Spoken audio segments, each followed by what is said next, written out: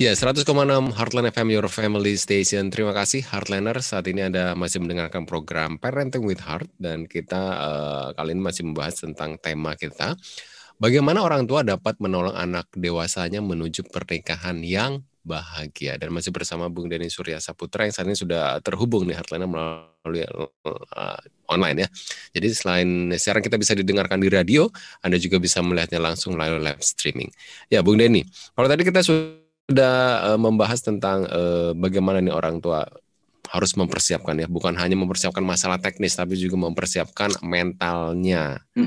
Nah, jadi apa nih yang harus dilakukan orang tua nih, cara orang tua menolong anaknya agar nanti ketika dalam memasuki dunia pernikahan nih masih atau tetap bahagia gitu ya, tidak mengalami mungkin goncangan atau bahkan yang terburuk perceraian seperti itu.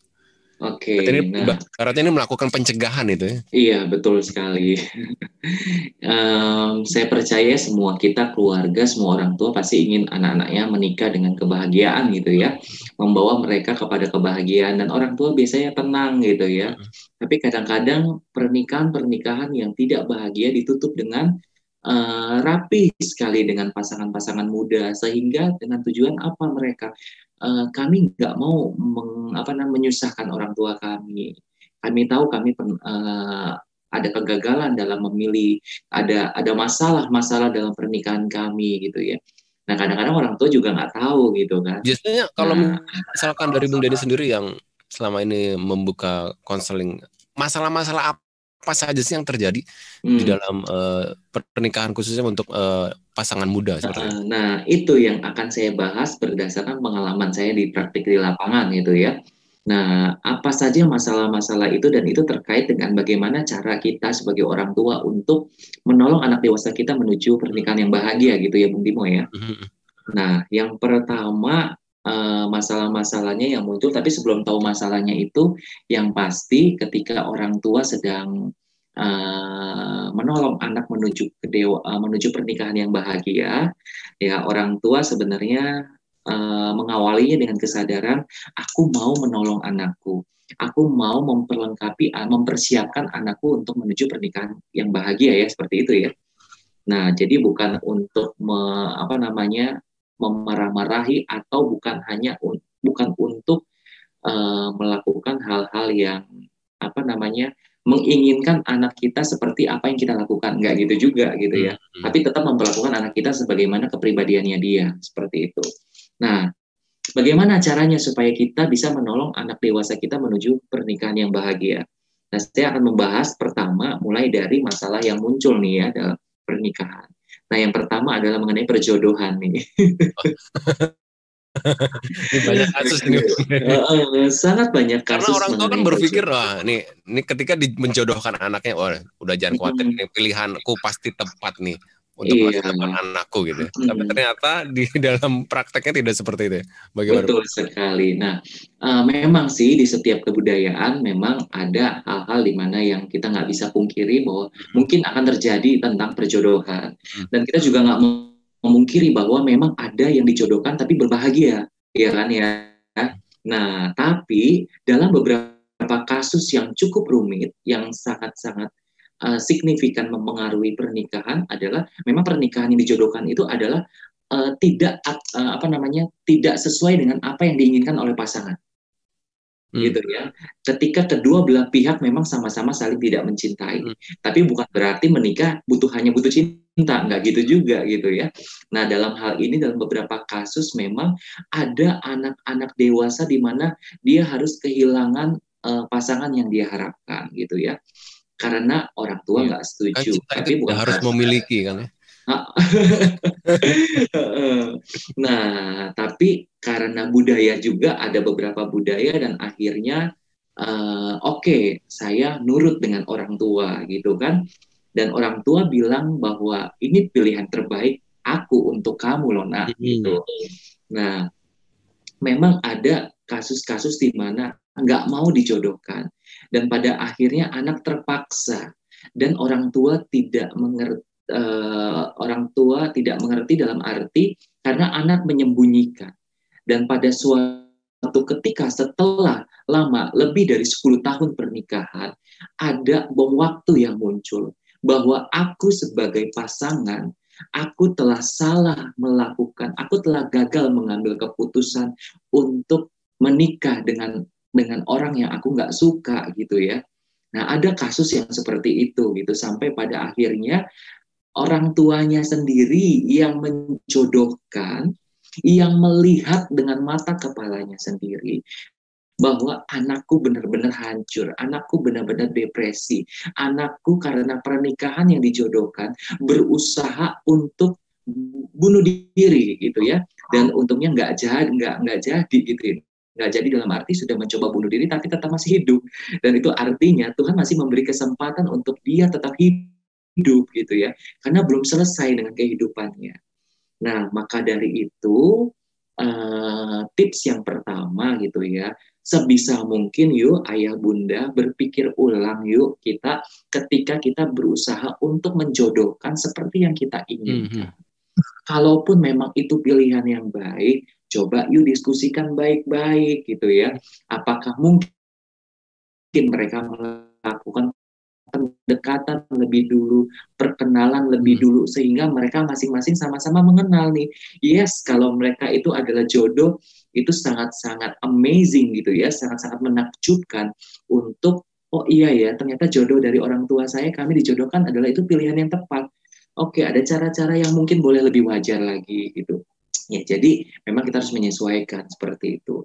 Jadi hati-hati juga dengan perjodohan ya. Kalau Bung Timo, menurut ya. survei ada nggak sih, Bung Denny, survei itu yang survei tentang perjodohan di antara mereka yang dijodohkan dengan yang tidak dijodohkan itu banyakkan mana yang berhasil ketika dijodohkan gitu? Oke, Ada nggak kalau sih? itu sih jujur saya masih belum mendalami hal itu gitu ya, karena ini yang saya sampaikan baru sesuai dengan pengalaman saya dengan beberapa klien-klien saya gitu ya. Dan Jadi memang saya mengambil maknanya ya, mengambil maknanya bahwa ketika orang tua merasa sadar, sampai akhirnya orang tuanya bilang seperti ini, sampai orang tua bilang bahwa ya sudah, aku tahu aku salah sebagai orang tua. Aku salah. Aku telah menjodohkan kamu dengan pilihan yang salah. Silakan deh kalau kamu mau cerai-cerai gitu ya. Wah, sampai seperti itu. Bukankah itu hal yang sangat berat sekali ya sebagai orang tua sampai akhirnya mengambil keputusan seperti itu gitu. Dan pada akhirnya anak tetap mau bertahan. Kenapa? Anak di dalam kandunganku itu dia harus punya identitas siapa ayahnya. Lagi-lagi berkorban untuk kedua kalinya bahwa aku harus memberikan identitas anakku untuk memiliki ayah kandungnya. Nah, itu yang menjadi persoalan untuk kita perhatikan ya Bung Timo ya dalam pengasuhan.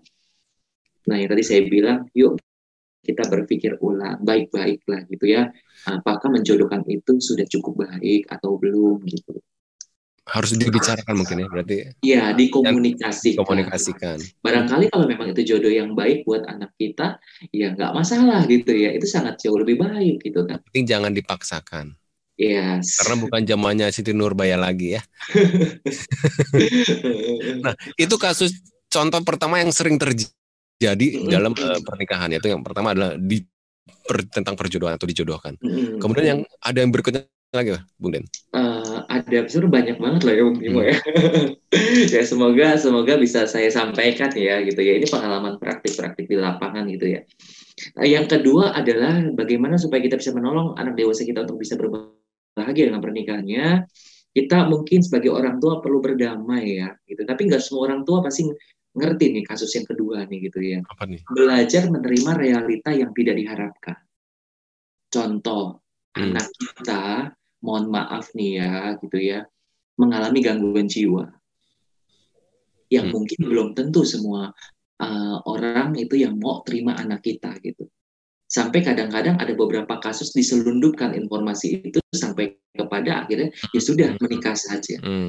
Itu ya, tapi juga jarang juga sih seperti itu ya. Tapi ada beberapa yang memang yang menunjukkan kemanusiawiannya bahwa ya memang kondisi anak saya seperti itu gitu. Nah, terus juga memang bukan hal yang mudah bagi orang tua untuk menghadapi kasus yang seperti ini gitu ya, yang sangat cenderung membuat anak nggak bisa mengambil keputusan untuk menikah. Contoh hal lain lagi, anak memiliki sakit terminal ya, penyakit terminal, penyakit yang nggak bisa lagi disembuhkan. Tapi anak mau menikah. Berapa kali saya harus menemukan kondisi seperti itu dan sampai kepada kematian harus mendampingi gitu ya. 1 bulan sebelum dia meninggal, saya mau menikah Pak Denny. Ada seorang perempuan yang siap untuk menikah. Dia menikah dulu secara agama. 1 bulan kemudian di tempat di mana di tanggal di mana dia inginkan untuk menikah setelah dia berbicara, datang ya Pak Denny ya 1 bulan kemudian ya. Dan dia adalah pasien penyakit terminal yang tinggal dokter bilang sudah memvonis bahwa hidup kamu nggak lama lagi gitu. Tapi saya optimis untuk menikah dan ada perempuan yang mau juga untuk mau gitu ya dengan si klien saya ini gitu. Dan akhirnya waktu demi waktu berjalan, tepat di 1 bulan ke depan, di hari itu ternyata dia meninggal. Nah, Wow. itu jalan hidup kita mana tahu gitu ya. Dan akhirnya calon istrinya pun memutuskan bahwa ya sudah diberikan kebebasan dari keluarga calon suaminya untuk kamu lebih bisa memilih kehidupanmu yang selanjutnya gitu ya. Setiap anak memang berhak untuk menuju kebahagiaannya. Dengan kondisi seperti itu bukan hal yang mudah bagi keluarga, bagi orang tua untuk bisa mendampingi, jangan nak, jangan menikah gitu ya. Kita nggak manusiawi kalau seperti itu gitu ya. Tapi bukan hal yang mudah bagi orang tua untuk menghadapi kasus seperti itu. Atau hal yang lainnya lagi, ada ketidakberfungsian alat kelamin gitu ya, ketidakberfungsian seksual. Walaupun kepuasan seksual merupakan salah satu faktor kepuasan pernikahan, bukan menjadi penentu kepuasan pernikahan, tapi itu juga menjadi hal yang penting. Ketika seorang, ini kita lagi berbicara tentang kedewasaan ya, ketika misalnya seorang pria mengalami ketidakberfungsian seksual, ejakulasi dini, dan hal penyakit-penyakit gangguan seksual lainnya gitu ya, itu sangat-sangat memberikan kecemasan sekali. Ketika seorang perempuan merasa nggak nyaman dengan laki-laki gitu ya, nggak ada rasa percaya, ada masalah psikis yang menghambat dia untuk percaya kepada laki-laki, yang membuat hubungan seksual mungkin dia nggak merasakan keberfungsian seksualnya, itu juga akan menjadi ancaman dan hambatan untuk menuju pernikahan. Itu Bung Timo. Dan yang lebih berat lagi adalah kasus-kasus di mana ada orang tua mengetahui bahwa anak saya LGBT. Nah, itu yang cukup berat gitu ya. Ya, memang di beberapa negara akan berbeda dalam menghadapi kasus seperti ini gitu ya. Kalau kita di Indonesia memang cukup berat bagi orang tua mengetahui seperti itu gitu ya. Tapi dalam satu kasus saya pernah belajar dari kasus nyata bahwa ada satu orang tua, seorang ibu single parent sampai pada akhirnya dia ingin mundur tuh, angkat tangan, udah mau menyerah menjadi ibu rumah tangga. Kenapa? Karena anak yang pernah dia harapkan adalah anaknya mengakui bahwa dia homoseksual dan ibunya ini harus menunggu 11 tahun kemudian sampai ada pada akhirnya anaknya kembali kepada dia dan meneruskan kehidupan yang lebih baik. Sampai akhirnya ibunya sekarang menjadi motivator di dunia. Gitu. Ternyata banyak sekali nih contoh-contoh kasus dan pun masih banyak, misalkan ada juga kasus tentang kawin lari seperti itu ya, atau masih ada seperti itu tiba-tiba ya. anak kita memperkenalkan pasangannya tapi kita sebagai orang tua nggak setuju gitu, karena kita orang tua berpikir ingin kelak nanti dewasa setelah masuk dunia pernikahan anak kita bahagia. Apa yang harus dilakukan oleh orang tua? Nanti jangan dijelaskan Bung Denny ya.